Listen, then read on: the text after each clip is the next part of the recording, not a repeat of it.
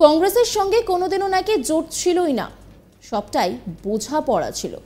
কংগ্রেসের প্র্যাকটিক্যাল প্রস্তাব নিয়ে আলোচনা করলে ভোট অ্যাডজাস্টমেন্ট হতে পারে।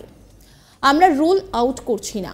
কংগ্রেসের জোট নিয়ে একই বললেন বাম নেতা। তাহলে কি এবার বামেদের সঙ্গে কংগ্রেসের জোটটাও ভিজতে যাওয়ার মুখে? তা নিয়ে কিন্তু প্রশ্ন উঠে গিয়েছে। রাজ্যের 16টি আসনে প্রার্থী তালিকা ঘোষণা করল সিপিএম। সুজন চক্রবর্তী, বিপ্লব ভট্ট ছাড়া বাকি 14টি আসনে নতুন প্রার্থীর নাম ঘোষণা করলেন বামফ্রন্ট চেয়ারম্যান বিমান বসু। এই 16 জন প্রার্থীর মধ্যে রয়েছেন 3 জন মহিলা। সুযোগ দেওয়া হয়েছে যুব নেতাদের। আইএসএফ ও কংগ্রেসের জন্য কি আসন ছাড়া হলো?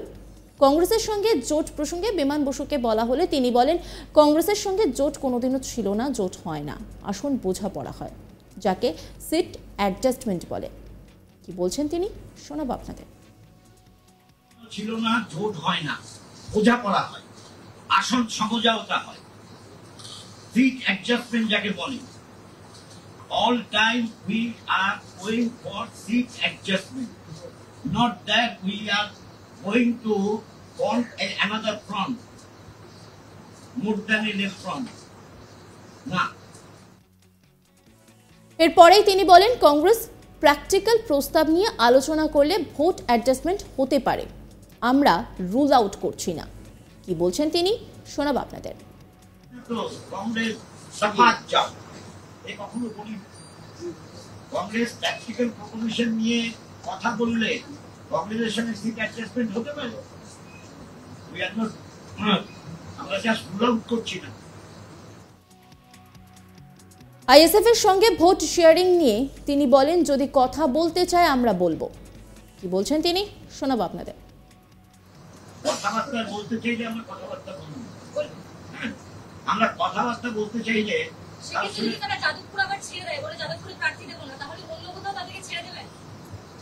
সেটা তো কথাবার্তা না বললে আগাম কি করে বলবো?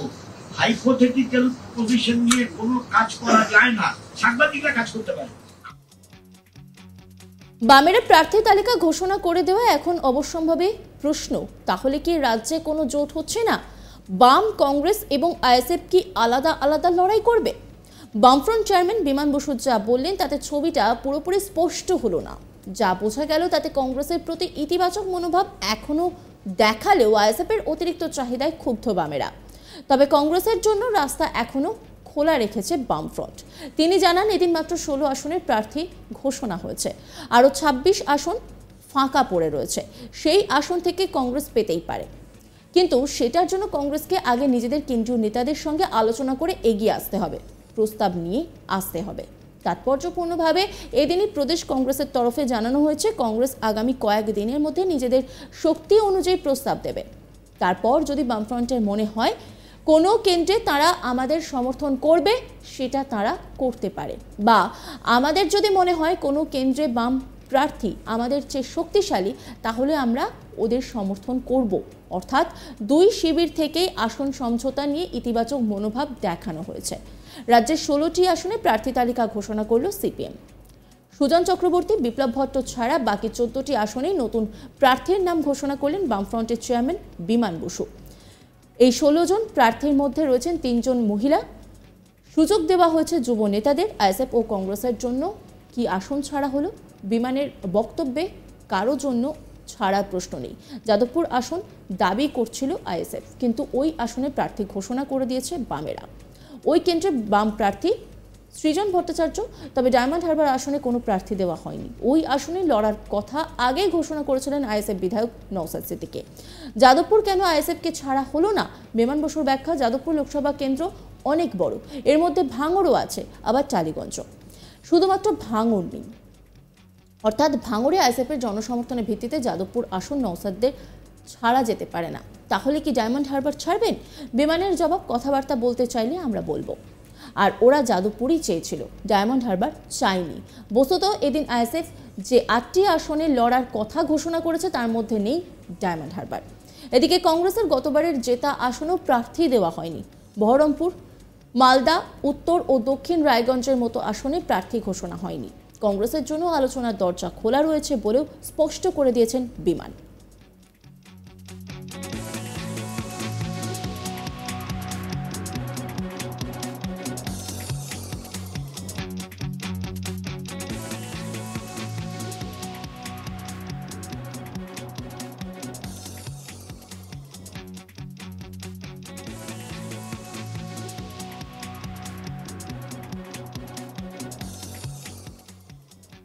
কংগ্রেসের সঙ্গে কোনোদিনও নাকি জোট ছিলই না, সবটাই বোঝাপড়া ছিল।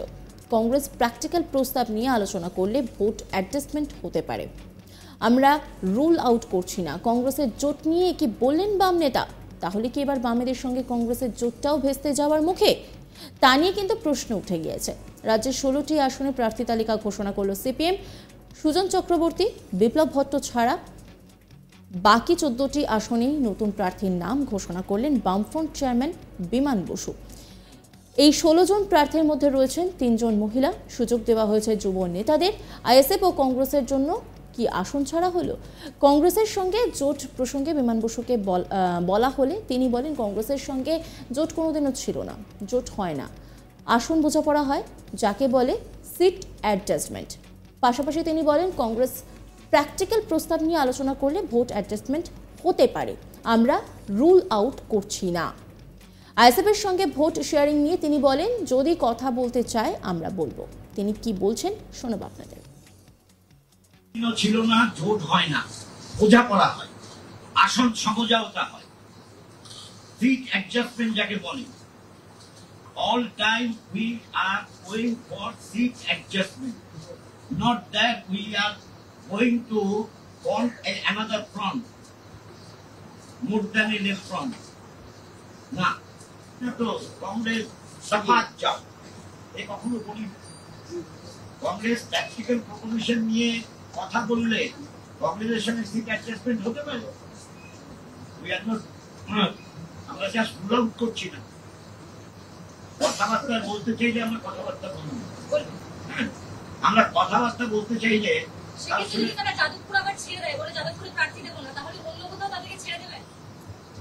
সেটা তো কথাবার্তা না বললে আগাম কি করে বলবো? হাইপোথেটিক্যাল পজিশন নিয়ে কোনো কাজ করা যায় না, সাংবাদিকরা কাজ করতে পারে।